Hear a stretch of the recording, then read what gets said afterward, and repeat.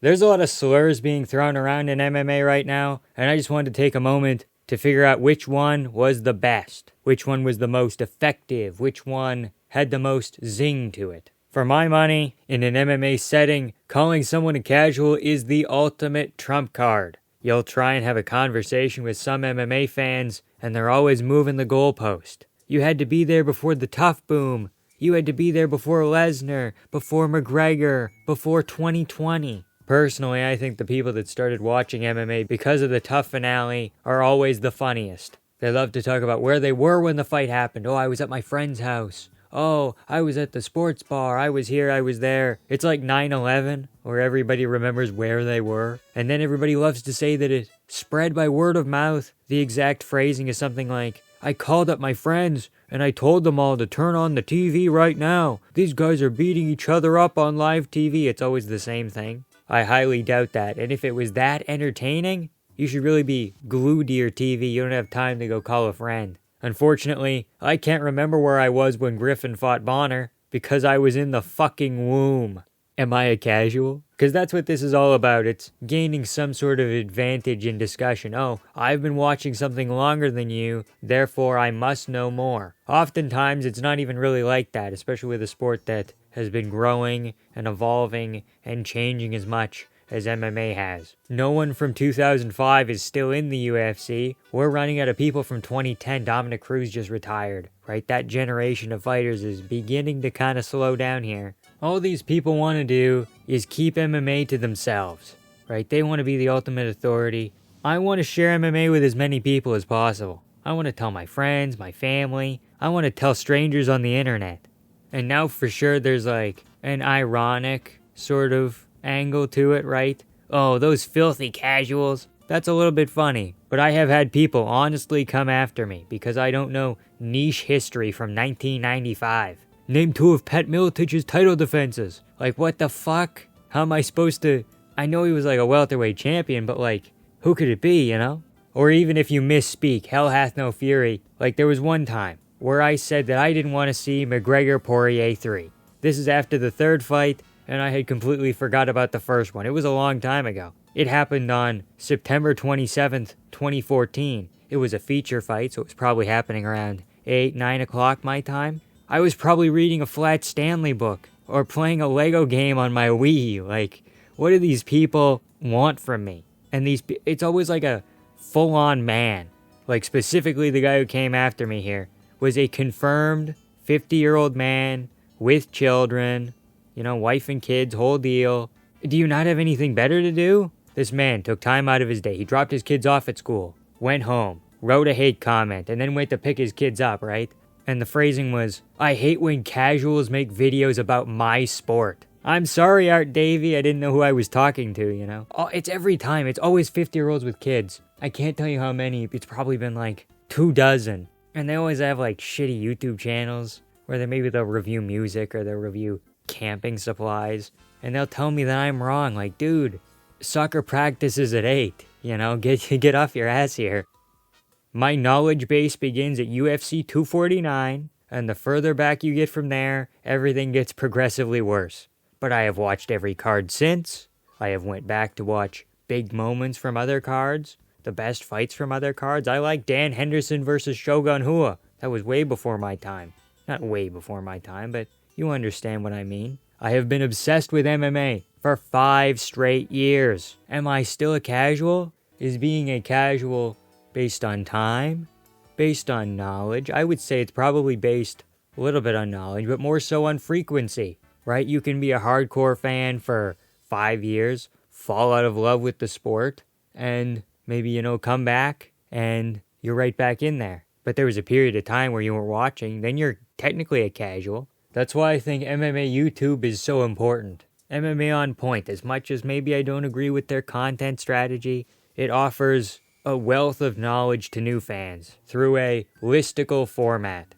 If it wasn't for them, I wouldn't know that Travis Lutter won the comeback season of Tough alongside Matt Serra and then left the UFC shortly after and now coaches Kevin Holland. That's a pretty niche fact. I just wrote down, say niche fact, and I just came up with it on the fly here. I don't care about Travis Lutter. I know he had decent jiu-jitsu. I don't know if I've seen him fight. I know he lost to Anderson Silva. That's all I know. But I feel like that's enough, and I feel like that doesn't quite make me a casual. And what's so bad about being a casual? You know, I am a casual boxing fan. I'll watch maybe 5 cards a year. Doesn't really get me going the way it gets other people going. I'm sure there's boxing fans who are like that with MMA. I'm sure there's football fans who are like that with MMA, and that doesn't make them a lesser person because we've all been there. I came into the sport in 2020, right? I was a huge Adesanya fan. Ugh. I was a huge Masvidal fan. Yuck. Tony Ferguson fan. I haven't got to see Tony Ferguson win a fight. I originally got into MMA because of the UFC 3 video game, and the tutorial of that game, as well as an overarching theme, was what if we get McGregor versus Tony Ferguson, this guy on a long win streak, versus this guy who's taken the world by storm. So I watched Justin Gaethje versus Tony Ferguson, expecting Tony to win and to move on and not fight McGregor, but fight Khabib, and then maybe fight McGregor after, because he was still kind of in the title picture. He was up at welterweight, but he was going to move down and fight Poirier, and it was a whole thing. I was so excited. I'm like, oh, we're actually going to get that. Nope. And then one of my favorite fighters, the guy who really got me into the sport, and I never get to see him win live. It's heartbreaking. It's heartbreaking stuff. What was another one of my early casual takes? I thought Adesanya would beat Jones, because I hadn't seen John Jones fight before, and I was watching Adesanya highlights. Oh, he beat up Brunson, he beat up Whitaker, he beat up Rob Wilkinson, you know? Whoa, look at him school Anderson Silva. All these performances, and I said, yeah, surely he beats John Jones, right? Didn't really know a lot about John Jones, didn't know about the wrestling and this and that. And then that led me to think that Dominic Reyes was kind of mid. I'm like, Dominic Reyes lost to John Jones, who would lose to Adesanya. This is crazy. So then that led me to make my first underdog title fight pick. That was at UFC 253. I picked Jan Blachowicz to beat Dominic Reyes. I thought I was so smart. I'm like, why is nobody picking Jan Blachowicz? Dominic Reyes just lost to a guy who would, again, a guy who lost to John Jones, who would also lose to Adesanya. In a roundabout way, I was already a little bit ahead of the curve, but I'm sure that I'm not the only one either. I'm sure that other people have had moments where they were like this, you know, where they get into the sport and they fall in love with, like, an absolute bum. For me, it's Ryan Hall. Dude, I thought Ryan Hall was so cool. And then there was, like, long layoffs, and then he came back against Taporia, and I was that guy. I was like, oh my God, Ryan Hall's gonna do so well. I was just like Joe Rogan. It's like, yeah, Joe, you tell him. And then he just got walloped. He broke one hand on his head, broke a second hand on his head, and just had to go with the Magikarp game plan. So it was not a great time in the Vampiric Legs household, okay? I cried when it happened a little bit. I shrieked. You've seen Kenny Okoye win Izzy lose. That was me when Ryan Hall lost at Taporia. I'm like, oh, he can get out of this position. Nope. Unconscious KO from ground and pound. Yikes. But does this make me a lesser man? You know, now that I've grown, does it make people better than me? Because they knew that, oh, this Ilia Taporia guy is actually a big deal.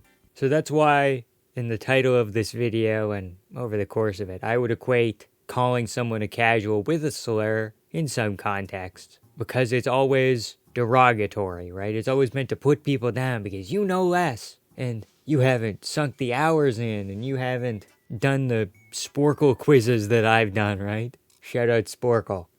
So this is how I would like to announce a moratorium on the word casual. We've dotted our T's, crossed our I's. We're going to get the paperwork in very shortly. But rest assured, it will be a punishable offense. You call someone a casual? You're such a hardcore, huh? You get to spend 10 hours locked inside the apex. Whatever's on's on. The whims of Dana White. He wants to lock you in a room, tell you about John Jones. You have to listen to it. Women's Fight Night main event? You don't have a choice. Power slap event? Hope you brought your foam finger, pal. So what do you guys think of MMA casuals? Me personally, I'm a fan of them. You can mold them to your liking. They're like little sponges. You can give them as much niche knowledge as you want. You can be like, John Jones isn't the GOAT. John Jones isn't the GOAT. You can groom them however you want. Oh, God damn it. Sure, you can groom them if you want. You can do that too. No one's stopping you. Except the law. like, comment, and subscribe for more MMA content, and become a member for even more perks. Thank you all so much for watching, and have a good time.